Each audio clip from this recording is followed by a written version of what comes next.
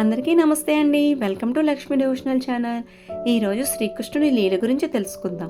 ఒకసారి గరుత్మంతుడు శ్రీకృష్ణుని గర్వంగా, ప్రభు, ఈ లోకంలో నాకన్నా మించి వేగంతో ప్రయాణించిన జీవి ఇంకెవరైనా ఉన్నారా అని అడుగుతుంది. అది విన్న శ్రీకృష్ణుడు ఏమీ చెప్పకుండా నవ్వుతూ వెళ్ళిపోతాడు. ఇది చూసిన సుదర్శన చక్రం గర్వంతో ప్రశ్నిస్తుంది. ఈ సృష్టిలో నా శక్తికి మించిన ఆయుధం ఇంకేదైనా ఉందా అని అడుగుతుంది. శ్రీకృష్ణుడు అదే మౌనం, అదే చిరునవ్వుతో అక్కడి నుండి వెళ్ళిపోతాడు. ఇదంతా విన్న సత్యభామ, త్రేతాయుగంలో మీ భార్య సీత కన్నా నేను అందంగా ఉన్నాను కదా స్వామి, ఈ యుగంలో నా అందానికి సాటి ఎవరున్నారు అని గర్వంగా అంటుంది.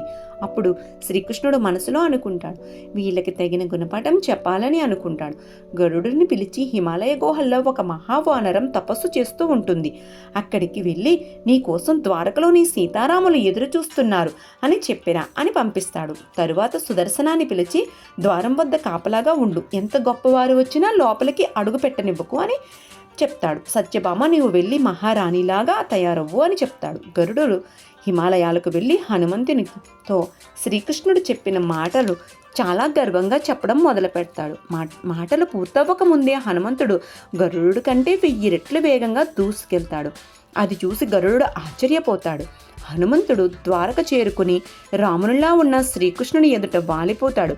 అప్పుడు శ్రీకృష్ణుడు అడుగుతాడు, ద్వారం వద్ద నిన్ను ఎవరూ ఆపలేదా హనుమా?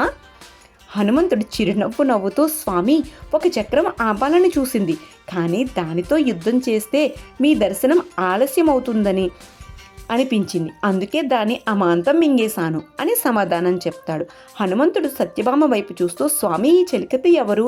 నా సీతమ్మ తల్లి ఎక్కడుంది అని అడుగుతాడు.